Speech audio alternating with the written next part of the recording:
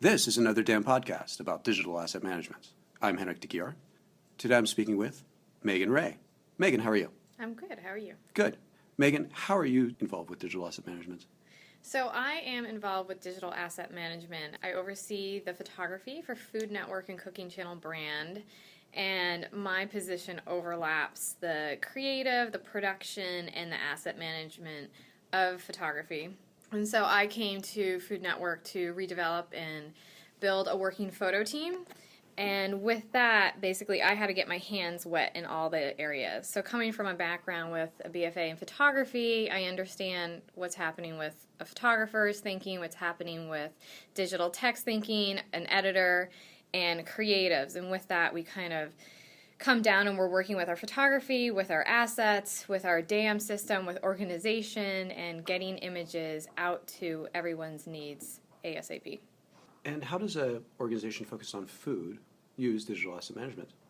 We need it drastically. Without it, we would be lost. A company as large as ours, we have thousands and thousands of photos. We're actually turning 20 this year. So that means, thank you, that means we have 20 years of photography. We have them in slide form, transparency form, and most currently over the past 10 plus years, digital form. And that also encompasses not only food and recipe photos, but we have talent. I mean, our chefs, we have so much talent happening. We have production stills happening for every show. We have events, cookbooks, branding. It goes way beyond the food and recipes. So you're talking about hundreds and thousands of images. And with that, many internal teams, because we're a brand. We have a marketing team, a press team, our new business team, an international team, which is many, many countries.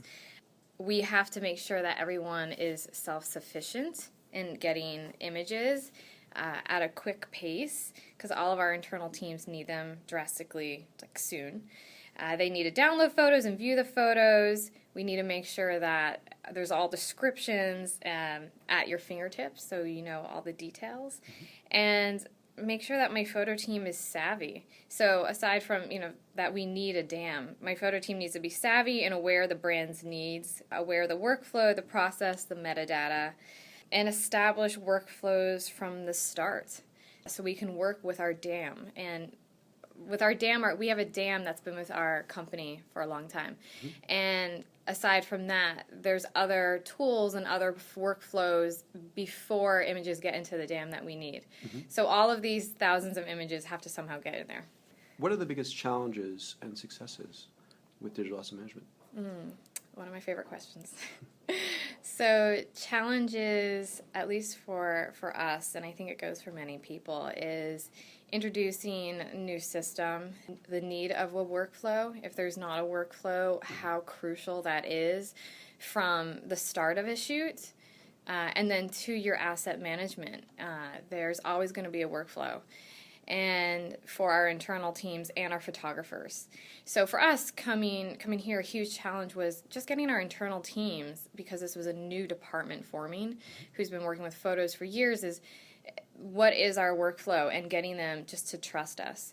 And our photographers some who had been shooting for a while with us, getting them to understand now we're going to be asking for new needs, such as let's add some metadata, let's add the copyright, let's add the year. Establishing what our metadata needs were, that was a really big challenge, because you're kind of starting from scratch. Right. So what do we need internally as a company, and what do we need internally for our DAM system? Because every DAM system is different. Every DAM system has different needs.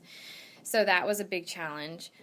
Basically pulling in new systems to offset the frustrations that naturally come with a DAM system. Every DAM is unique. Some are loved, some are not loved. They will all have their issues, and we just find a way to work with them and around them and finding support. We had a DAM system, as I mentioned, already established in our company. So it was just kind of instilling some new processes that are going to make it easier, and training. Mm-hmm. Also, what do we do with the old photos? The photos that are not yet in the system that need to get in the system, or photos that can't get in the system because they're so old. So what is another way that we can asset manage these photos? And we had a huge, which we are just finishing now, 2 bookshelves worth of binders and CDs from 10 plus years ago. Wow. Massive. Successes was simplifying the workflow. Good.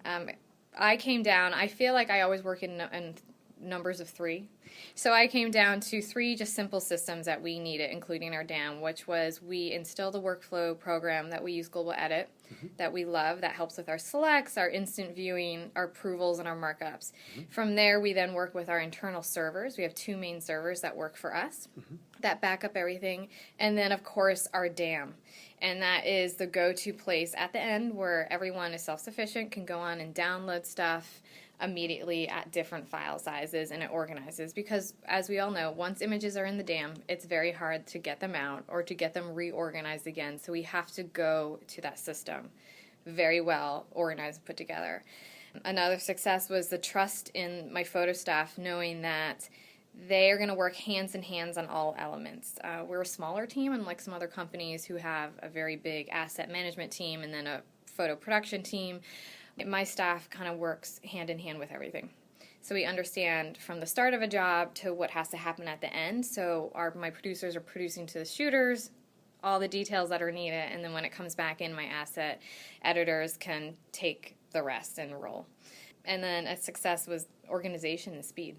Nice. As we know, everything needs to happen fast. Everyone wants it now. Downloads need to happen yesterday when they're needed today. So that was a huge plus. And what advice would you like to share with DAM professionals and people aspiring to become DAM professionals? Some of the advice I would say is be prepared for challenges. Take time to assess the project, the overall project or the company you're going to be working with. Problem solve and understand the end goal. If you don't kind of have the backbone instilled from the beginning, it's going to be challenging. You're going to constantly be reworking your system and your problems. A DAM at some sort is needed for every company, even a photographer in their archive to a small or large company. And you need to just figure out how it's going to work best. So take the time in the beginning to understand what the end goal is going to be. A big plus, I would say, is understanding copyright law and usage terms.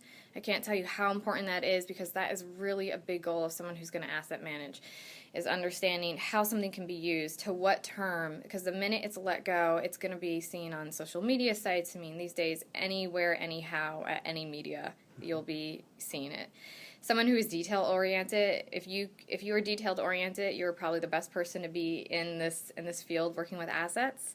And aware of technology change. I mean, within a year, 6 months, there are changes out there for every program. And if you're managing a very particular DAM, keep on top of what the new changes are going to be, the new rollouts. And if you're having some issues with that and you need help with a workflow, is keeping on top of what other tools are available to you to assist and to complement your current workflow. It's not a problem to bring something else in if it's going to help you, especially when you're low on staff and you need to work quickly. That's exactly why we pulled in some other platforms, like the Global Edit for the speed. That took care of a lot of time. And there's many other programs and workflows out there that will help you to get your images into a DAM. Excellent. Well, thanks, Megan. Thank you. For more on this and other digital asset management topics, log on to another-damblog.com. Another DAM podcast is available on Audioboo and iTunes. Thanks again.